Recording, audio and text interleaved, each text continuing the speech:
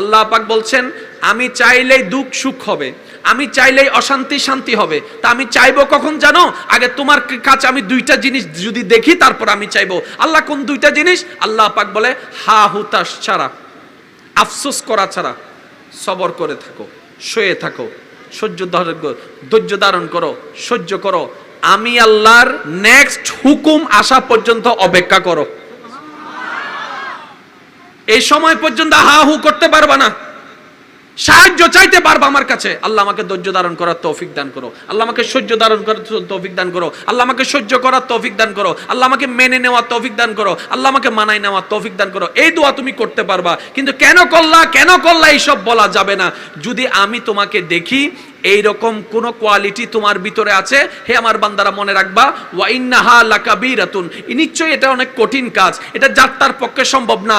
আল্লাহই বলছেন ইল্লা, তবে আলাল খাশিন, যারা বিনয়ী, যারা নম্র, যারা ভদ্র, যারা প্রেমিক, যারা আশিক, যারা মুত্তাকিন, যারা মুমিন, তাদের জন্য এটা কঠিন নয়, এটা সহজ।